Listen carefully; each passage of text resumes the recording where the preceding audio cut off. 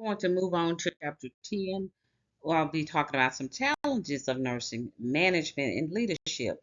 I'm sure some of you wants to be in leadership roles, but just think about it. It's doable.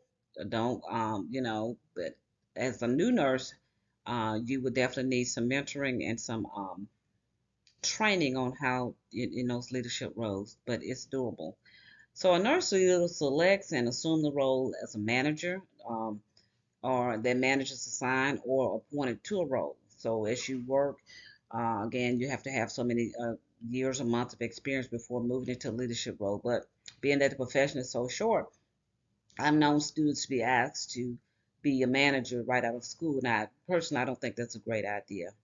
Management, again, it's a process, problem oriented process with similarities to the nursing process. So you identify the problem, you assess the situation, and you try to determine a remedy for the situation. Then leadership is a way of which behaving. It's it's the ability to cause others to respond, not because they have to, but because they what want to. So there's a little bit between management and leadership. And managers have various duties. They plan, they organize, they direct, and then they control. So this is the difference. This is the management roles and responsibility. Um, and also some characteristics of theory. So of management. As we talked about the theories the other day, but these are some management theories. Traditional, also known as the bureaucratic. You see high productivity levels expected from these workers. So from these from the workers rather. So you have the tradition of the bureaucratic. Then behavior, human interaction theory. They consider the workers' needs. See, they take listen to their workers and they consider their needs. They have input in the decision making or the change process. System theory. This theory is the decision based on how others would be affected. Consider parts of the system as a whole. And contingency or motivational theory. It examines what motivates workers to be productive and effective in completing the work. And again, contingency theory, what comes to mind here, you give me a raise, you give me, a bonus. Again, it's motivational. And then again, not just money, if that the workers are involved in the change process or the, you know, decision making process. So we'll ask this question in class. So I just want to know in what capacity do you see yourself functioning as a nurse manager? Do you see yourself providing care for a group of patients, serving as a team leader for other staff, and assigning patient care? Or do you see yourself organizing all the nursing staff for the unit on a for the shift on a particular unit? Or do you see yourself organized being responsible for nursing care delivered over a 24-hour period? And this is where the managers here being over a unit. You'll be on call. Even if you're off, if you're not, I know you can't be available 24/7, but you have to have you have to designate someone to be in your role as you be off. But other than that, whether it's vacation or sick leave or something like that, but traditionally, you're responsible for that unit 24/7, unless you, like I said, on sick leave or vacation or something like that. What is meant by management style? And not to say you have to be there 24/7, but I'm just going to give you an example.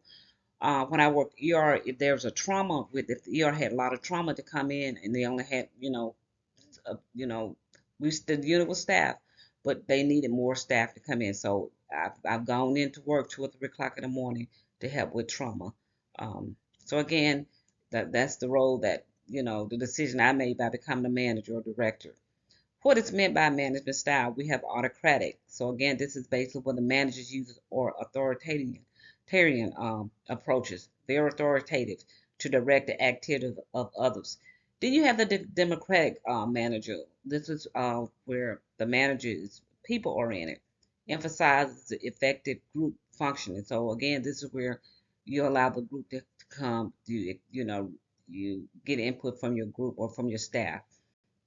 Laissez-faire managers maintain permissive climate with little direction or control exerted. So again, they maintain that permissive climax. So this is the difference between the three here. So again, just look at the type of management styles and think about which one do you wish to possess as a nurse. Okay. Sometimes there is a blending of the three. Sometimes you do have to be authoritative if there's a need for immediate change. You may not have time to get involvement from your staff or your peers. So sometimes it necessitates that. So again, there's a binding of the three. I just want you to remember that. So again, this is another question for self. What do you, as a staff nurse, on which type of manager style do you think you would prefer to work? Or you know, then the characteristics and theory of leadership. The leadership can be learned through education and experience. So desired leadership, it can be learned. And I've heard, people they're born leaders, but again, it can be learned as well. Contingency leadership flexible, is flexible enough to address varying situations. So again, you have to be kind of flexible. Um, you're not just considering your own ideas or beliefs and values. Situation is analyzed. Leadership style is selected that will best address the issue. Again, like I said, you may have to be flexible here. You may have to, I'm talking about maybe a blended in your leadership style based on the situation. Okay. Like I said, there's an immediate need to change, then you may have to, be an autocratic. Some more characteristic interactional leadership. This is where you develop trust in the relationship. You use your democratic concept and view the task from the standpoint of the team members. Again, getting input from the team. Transactional. This is that leader holds power and control over others.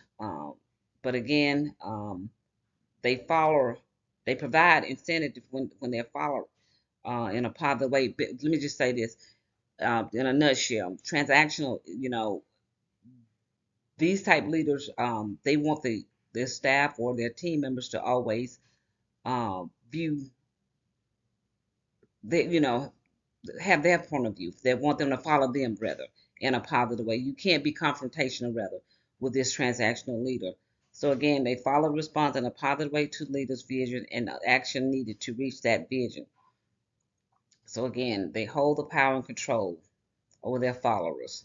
Okay. Transformational leaders, they guide their staff in knowing and understanding what the roles of the institutions, and also they're willing to take risk. They embrace changes, and those are the ones who create a positive work environment. Those transformational leaders. Complexity theory leadership. You need to look at the system, such as those in the healthcare organization, as a pattern of relationship and interaction that occurs among those in the system. So complexity, theory, leadership. So again, you're going to see different types of leaderships. You're going to see different type of leaders. Again, so do you see yourself being in a leadership role, or your leadership style rather, as a nurse leader? So do you see yourself as contingency, situation, interactional, transactional, or complexity theory leadership? Again, these styles or these theories again, the styles rather, leadership style may be blended. Management and leadership in the 21st century. We know that there are a lot of change in the healthcare setting, which also is going to alter the foundation of nursing practice due to all the changes. So we're becoming more increasingly frustrated with the reality of the way nursing care is going, based on how we were taught. So we were taught a certain way. Again, because just think about it, when you're in the clinical setting, you only may have one patient or one or two clients at the most. So now, once you get out into the profession, it's not possible because you can't spend that much time. You may have 6 or 7 patients, so you're not going to be able to take care of as many patients, and so it becomes frustrated. So again, so leaders of the healthcare system in the 21st century is affected by a diverse generation, today's workplace. So again, there we all different. I mean, it's very diverse, maybe culturally diverse. So it's just we're taking care of different populations of people. So it's going to be it's very diverse rather. And the veteran nurses, who are those veteran nurses? These nurses, this retiring group of nurses, as well as the older generation, who were taught to rely on tired, true, and tested ways of doing things. So we test the way we used to do things, and so we felt that it worked this way. Okay, so why not just continue to do it this way? And so those veteran nurses, they use more of an autocratic style of leadership and management. Again, we working as a team. Then we look at the who are the baby boomers. They make up the largest population of nurses employed that are working in the healthcare today. These baby boomers are also caring for their own children and their aging parents. They embrace this technology as a method for being more productive and having more free time as well. The baby boomers, they are really focused on building careers and investing in organization loyalty as well. So they want to build a career. They're not what we call hoppers, hopping from job to job. Then you have the Generation X. These employees have little loyalty or confidence in leadership and institution. They grew up in the informational age also. They change, like I said, they change jobs frequently. They will stay in a position as long as it's good for them, but when it's not good for them, they're going to find a way out. They have no aspiration for retirement, meaning that they want the dollars. I tell my daughter all the time, you need a job so you can get a retirement. You're not going to be young forever. And they want different employment standards. They want to work under motivational leadership with a democratic manager. Again, they want to be motivated, but they want to have input as well. They want something to motivate them. Like I said, maybe time off. They may only want to work 212 or more money or bonuses. So they value their free time. They want that flexible schedule. Like I said, they want to be able to work when they want to work. Generation Y. This is the millennium, born between 80 and 2000, called the Gen X, Nectar. They represent large number of children of baby boomers. They are optimistic, very interactive, and they learn and they adapt real quick. They have traits in this group include individuality, uniqueness. They can multitask and think fast. They're extremely creative. They can be challenging too to work with because they are typically not team players. It's all about them. Who is generation now? The newest generation is also known as our generation, or never lived without the internet or other forms of rapid communication. Never known a word without immediacy. Immediacy, I'm sorry. They want it right now. Will this group push forward as the new leadership forward a new leadership theory? I don't think so. I don't think so. So you kind of look at this the diagram here. Just what generation do you belong to? Power and authority in nursing management. Do you know the difference between the two? Basically, power is having the ability to affect change and also influence others, where authority relates to a specific position and the responsibility associated with that position. So there's power and then there's authority. So you got the power to affect the change and influence others. And then authority, you in a specific position.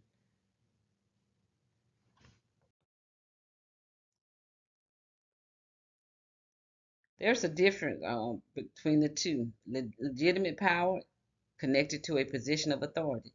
Reward power that comes about because the individual has a power to provide or withhold rewards. And then you have coercive power derived from fear of consequences. A lot of times, well, I don't want any consequences. I don't want to be retaliated. Sometimes people have that power to make people feel intimidated. Expert power based on specialized knowledge, skills, abilities that are recognized and respected by others. And this is what you want. As new grads, you want to work with someone in that, who has expertise in that area as a mentor. Reverent power. Um, a person has because others closely identify with that person personal characteristic. They liked and admired by others. Then information power is the knowledge a person possesses that is needed by others to function. This is mostly the most, perhaps the most abusive power, information power. I need to, I can't function without this person. And that person that has that information knows this.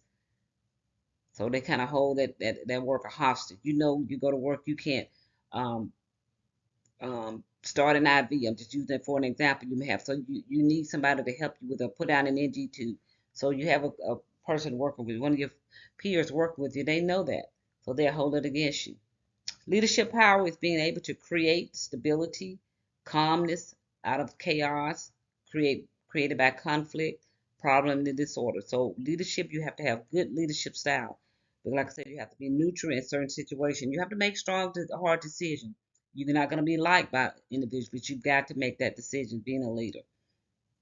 Then you have to have good problem solving strategies. Uh, and these strategies can be kind of compared to the nursing process. They not always flow in order in the manner from one step to next step because something could happen. So they may not fall in that order. Also, it's important to differentiate among the facts and then also opinions. When people bring a problem to you, bring the facts. Make sure it's documented. Once a problem is clearly identified, the group should brainstorm with all possible solutions. Look at the problem and bring others in, get their opinion, okay, as a leader. Evidence-based management, protocol, and intervention.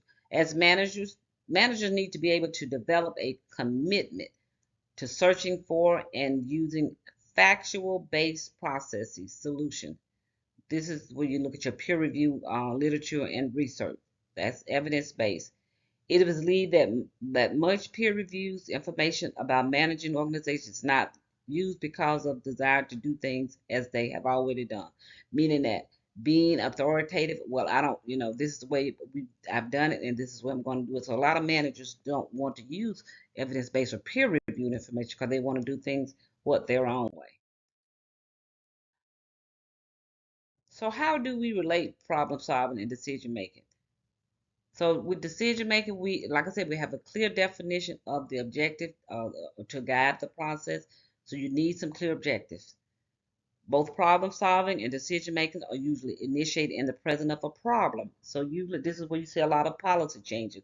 A problem occurs, so we got to change policies. Then the objective in decision making may not solve the problem, but only to deal with the results of it. So again, this is again when there's a problem, may have to change policy, but we need processes in place. And sometimes we have to revise those policies and procedures. Okay? So decision making is value based. Problem solving is a more scientific process.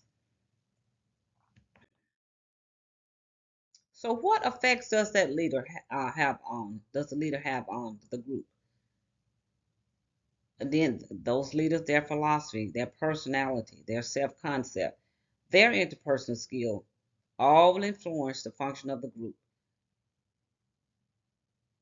So most effective groups are going to be those that have had consistent membership and have those highly developed skills. Members with good leaders feel positive about their participation and their outcomes in the group process. Again, if they don't feel comfortable, they're not going to bring anything to the table. So they have to feel comfortable, the group members. This is some challenges of change. Change is inevitable. We know that, particularly in today's healthcare delivery system. Things we have to change frequently. Economic factors also have taken a center stage here. Some cutbacks in all aspects of healthcare services occurring. Like I said, back when we had clients, we may have had 7 or 8 patients, but patients were not as sick then as they are now. Then you have to see a high acuity level. Patients are just sicker now. So back, when I was on the floor, we could handle that many patients because we had team leaders. We had teams. You had the RN on the team. You had the tech on the team. You had an LPN on the team. So we did a lot of team nursing. So these are some opinions that deal with change, change some options. I'm sorry, uh, can move out of the situation, perhaps miss some opportunities. When we're dealing with change, we may miss opportunities. Okay, we sometimes we may just stand there and withdraw, do what you were told just to avoid conflict. I don't want to say anything. I don't want to get anybody upset. So, but anyway, to deal with change, like I said, you have to take constructive criticism, and this is where you grow. Also, another option can start to run with the change and try to steer it in a positive direction. So some leaders, they just look at the change, they try to change it, and just try to run with it and just, so I'm going to go ahead and make this change, and hopefully everybody will buy into it. Not a good idea unless it's a necessity, an immediate need to change. So again, if you're in a management role, leadership role, you need to include your staff. Nursing process versus problem solving versus change process. There's a resistance. There's people resist to change. It's a natural response for most people. They don't want change, so we're going to resist it. And then they may not like the person making the change, so they also may resist it. Every change involves what? Adaptation. When there's a change, we have to adapt to the change. So we go through phases in the effective change process: unfreezing, moving, and what? Refreezing. So we're going to take a look at each one. Unfreezing phase, this is the change theory. In the unfreezing phase, all factors that may cause resistance to the change are considered. We're trying to unfreeze it. We need to determine whether the environment of the organization is receptive to the change, first of all.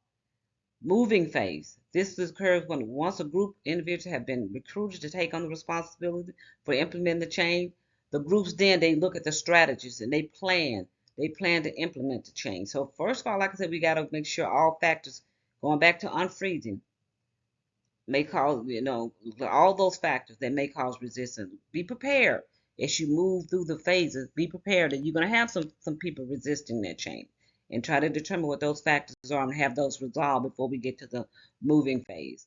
And then refreezing. This occurs when the plan is in place. Everyone involved knows what is happening and what to expect. This is when we need to publicize the ongoing assessment, pros and cons of the plan phase. Let everybody know what the thought processes are. Also, someone needs to be responsible for continuing to work on the plan so that it does not lose momentum. So once you get that change in process, you in the refreezing phase, continue to work on it, because if not, it'll just what? It'll just die. And so you right back to start off point one. So, uh, what element of change process do you find most interesting? In my opinion, I find the moving phase more interesting. Who institute change and why? System. Most common reason for change is that what you did before is no longer effective. So that's a system change. Management change frequently occurs when new management enters the scene. So you may have had a manager for this, so you got a new manager. You got to adapt to that manager leadership style. This provides a new perspective and views regarding how the system operates. So that manager has to look at the system.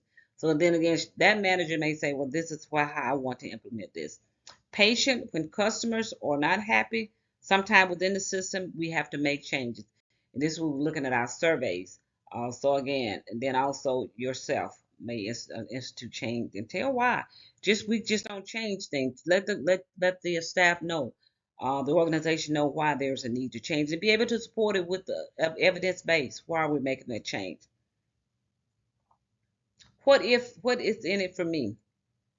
A change will elicit some type of resistance. All change, I'm sorry, will elicit some type of resistance. You will either be actively involved in the change or choose to take a passive role. Okay? So again, what's in it for me? So these are some motivational strategies. I mean, I tell you that sometimes Generation X and Y, they have to be motivated. Let them know that what they do matters. Tell them the truth. Explain to them why you're asking them to do something. Learn their language. Like I said, I got to learn the language. I have a 25-year-old, got to learn the language. Be on the lookout for rewarding opportunities. Praise them. You did a good job. Make the workplace fun. Sometimes we used to do little picnics or cookouts, things like that, or unit parties. Make the workplace fun. Model the behavior. Give them the tools that they need to do their job. This is a technology world, so this generation, they love technology. They don't want to write no nurse's note. They don't want to write. They want to be able to put it on the computer. Okay, use their technology rather. iPads, handheld devices. So give them the tools that they need to work with. This ends the lecture for chapter 10, and I will be uploading it as well.